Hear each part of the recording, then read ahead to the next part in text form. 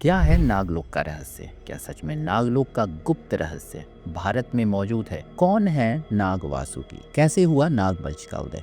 कौन था जिसने इस वंश को खत्म करने की कोशिश की? कौन थे कद्रू और उनका सांपों से क्या कनेक्शन है? क्या सांपों की जीभ कटी हुई होती है?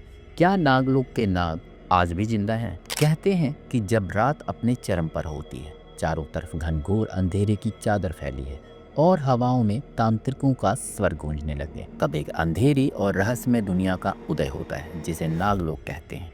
एक ऐसी दुनिया जहां जाने से देवता भी कतराते हैं। भारतीय धर्म ग्रंथों और पुराणों में नागलोक को एक चमत्कारी और रहस्यमय लोक बताया गया है जो भूमि के नीचे फल फूल रहा है और यहाँ नाग जाति निवास करती है। ये स्थान सिर्फ सांपों के लिए ही नहीं बल्कि एक संपूर्ण सभ्यता का प्रतीक है जो नागों के इर्द गिर्द घूमती है। पुराणों के अनुसार नागलोक 7 पाताल लोकों में से एक है और इसे पाताल या नागलोक के नाम से जाना जाता है। इसे धरती के नीचे बताया गया है जहाँ ना तो सूरज की किरणें पहुँचती हैं और ना ही किसी प्रकार का उजाला, लेकिन बावजूद इसके नागलोक एक चमचमाती दुनिया है। श्रीमद् भागवत पुराण और अन्य ग्रंथों के अनुसार नागलोक एक स्वर्णिम दुनिया है। ये जितनी चमक दमक से भरी है उतनी ही डरावनी भी है। नागलोक के ज्यादातर हिस्सों को सोने से जड़ा गया है। अनमोल रत्नों से बड़े आलीशान महल बनाए गए हैं। हर महल की दीवार पर अमूल्य रत्न जड़े हुए हैं और इस अंधेर नगरी को प्रकाश से भर देते हैं। ये एक ऐसा लोक है जो सांपों के साथ साथ अपने वैभव, शक्ति, ऊर्जा, चमत्कार, रहस्य और भव्यता के लिए जाना जाता है। इसे 7 पाताल लोकों में सबसे समृद्ध लोक माना जाए तो भी गलत नहीं होगा। नागलोक का जिक्र हमें महाभारत में भी देखने को मिलता है जहां नागों के अंत के लिए एक यज्ञ करवाया गया था, पर बीच में आस्तिक ऋषि ने आकर इस यज्ञ को रुकवा दिया, पूरी नाग जाति को बचा लिया, वरना उस रोज ही इनका अस्तित्व हमेशा के लिए खत्म हो जाता। इस कथा में भी नागलोक की चर्चा की गई है जहाँ अनेक नाग रहते हैं, पर सवाल ये है कि नाग आए कहाँ से और क्यों नागलोक बनाने की जरूरत पड़ी। चलिए आज ये सवाल भी क्लियर कर देते हैं। दरअसल नागवंश महर्षि कश्यप से जुड़ा हुआ है जिन्हें हिंदू धर्म में प्रमुख महर्षियों में से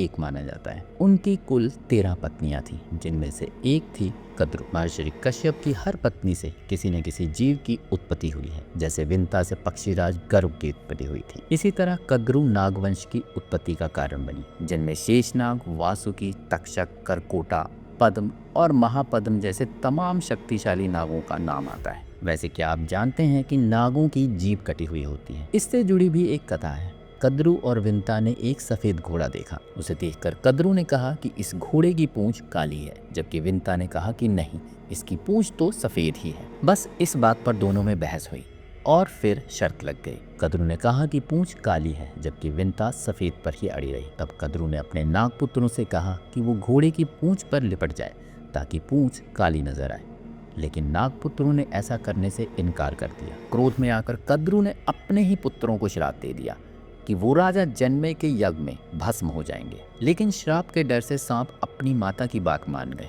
और घोड़े की पूंछ से जाकर लिपट गए, जिस वजह से विंता शर्त हार गई और कद्रू ने उसे अपनी दासी बना लिया। बाद में जब गरुड़ को पता चला कि उनकी माँ विंता कद्रू की दासी बन गई है, उन्होंने कद्रू और उनके नागपुत्रों से पूछा कि वो उन्हें ऐसी कौन सी चीज लाकर दे जिससे वो विंता को दासत्व से मुक्त कर देंगे। तब सांपों ने स्वर्ग से अमृत की मांग की और गरुड़ स्वर्ग से अमृत कलश ले आए और उसे कुशा, जो एक तरह की धारदार घास होती है, उस पर रख दिया। इसके बाद नाग अमृत पीने के लिए स्नान करने लगे। तभी देवराज इंद्र वहां पहुंचे और अमृत के कलश को वापस स्वर्ग ले गए। ये देख सांपों ने घास को ही चाटना शुरू कर दिया क्योंकि उन्हें लगा कि इस जगह पर अमृत रखा था तो उसके अंश तो यहाँ जरूर होंगे। इस तरह धारदार घास को चाटने की वजह से नागों की जीभ के 2 टुकड़े हो गए। ऐसा कहा जाता है कि नागलोक में रहने वाले नाग केवल अपनी जाति की रक्षा नहीं करते बल्कि पूरे ब्रह्मांड का संतुलन बनाए रखने के लिए महत्वपूर्ण योगदान देते हैं। धार्मिक ग्रंथों के अनुसार नागलोक में रहस्यमयी गुफाएं और सुरंगें हैं जो चमत्कारी शक्तियों से भरी हुई हैं और ये सिर्फ उन्हें ही प्रवेश मिलता है जिनके पास इनसे जुड़ी गुप्त विद्याएं होती हैं। गरुड़ पुराण के अनुसार नागलोक के राजा वासुकी शेषनाग के भाई हैं और उन्हें नागों का राजा कहा जाता है। वासुकी के सर पर नागमणि होती है। वासुकी नाग को भगवान शिव भी अपने गले में धारण किए हुए हैं। ये बाकी नागों की तुलना में ज्यादा जहरीले माने जाते हैं। वासुकी जी का विष देवताओं समेत असुरों, मनुष्यों और इस धरती पर रहने वाले हर प्राणी के लिए नुकसानदायक है। कहते हैं कि वासुकी नाग ही नागलोक के प्रमुख शासक हैं। वे बेशक नागलोक में रहते हैं, लेकिन वासुकी का प्रभाव पूरे पाताल लोक में देखा गया है। वासुकी की राजधानी भोगमती नगरी बताई गई है, जो एक अद्भुत नगरी है। ये पूरी तरह से सोने, चांदी और अनमोल रत्नों से सजी हुई है। ये नगरी विशाल नागों की सेना की निगरानी में रहती है, जिसका द्वार सिर्फ उन्हीं लोगों के लिए खुलता है जो सर्प शक्ति और तांत्रिक रहस्यों को जानते हैं। वासुकी नाग का संबंध समुद्र मंथन से भी माना गया है। जब देवताओं और असुरों के बीच अमृत को लेकर समुद्र मंथन हुआ, तब मदरांचल नाग को ही रस्सी की तरह इस्तेमाल किया गया था। देवताओं ने उनके सिर को पकड़ा और असुरों ने उनकी पूंछ को। लेकिन जब मंथन शुरू हुआ तो वासुकी की सांसों से ही विष निकलने लगा। असुरों को लगा कि उन्हें वासुकी का सिर पकड़ना चाहिए, इसलिए उन्होंने सिर पकड़ा, जिसके बाद वासुकी जी की सांसों से और तीव्र जहरीला विष निकला, जिसे बाद में हलाहल विष का नाम दिया गया और भगवान शिव ने इसे पीकर संपूर्ण ब्रह्मांड की रक्षा की। यहीं से भगवान शिव का नाम नीलकंठ पड़ा।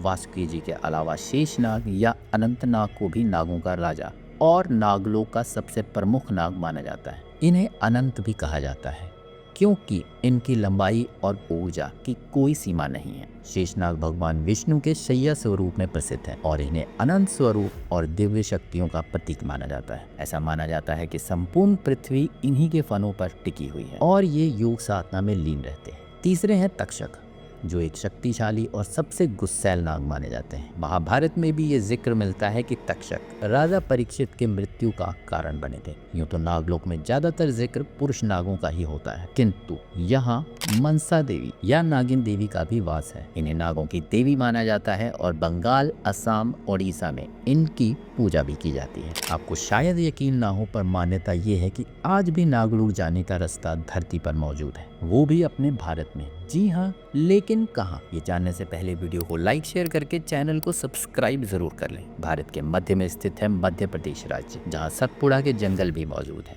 जो सतपुड़ा पर्वतमाला के क्षेत्र में है और यहाँ कई रहस्यमयी गुफाओं के होने का दावा किया जाता है, जिनको लेकर अनेक कहानियां भी प्रचलित है। यहाँ रहने वाले आदिवासी जनजातियों के बीच ऐसी मान्यता है कि यहाँ ऐसी सुरंगें हैं जो धरती के नीचे सीधे किसी दूसरी दुनिया में खुलती हैं। यहाँ कई ऐसे दरवाजे भी हैं जिनमें जाने वाले लोग कभी वापस लौट कर नहीं आए, इसलिए भी ये जगह और ज्यादा डरावनी बन जाती है। इन गुफाओं को लेकर कहा जाता है कि ये किसी प्राचीन सभ्यता का हिस्सा है। इनके अंदर नागलोक का साधक या नागलोक का रक्षक रहता है, जो किसी बाहरी व्यक्ति को अंदर नहीं जाने देते। कहते हैं कि जो भी इन रहस्यमय रास्तों को पार करने की कोशिश करता है पार बन जाता है या फिर किसी दूसरी दुनिया का होकर रह जाता है। बहुत ही कम लोग हैं जो इन रास्तों से होकर वापस लौटे, क्योंकि यही गुफाएं नागलोक का द्वार है। यहाँ से सीधा नागलोक में पहुंचा जा सकता है, लेकिन वहां पहुंचना बच्चों का खेल नहीं है। नागलोक के प्रवेश द्वारों को लेकर ये भी कहा जाता है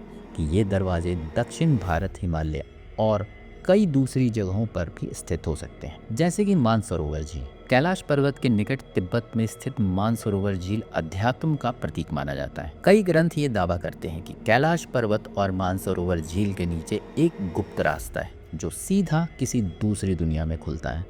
ये दुनिया नागलोक भी हो सकती, लेकिन कोई भी सामान्य व्यक्ति वहां तक नहीं पहुंच सकता। श्री शैलम आंध्र प्रदेश भारत के पौराणिक ज्योतिर्लिंगों में से एक है।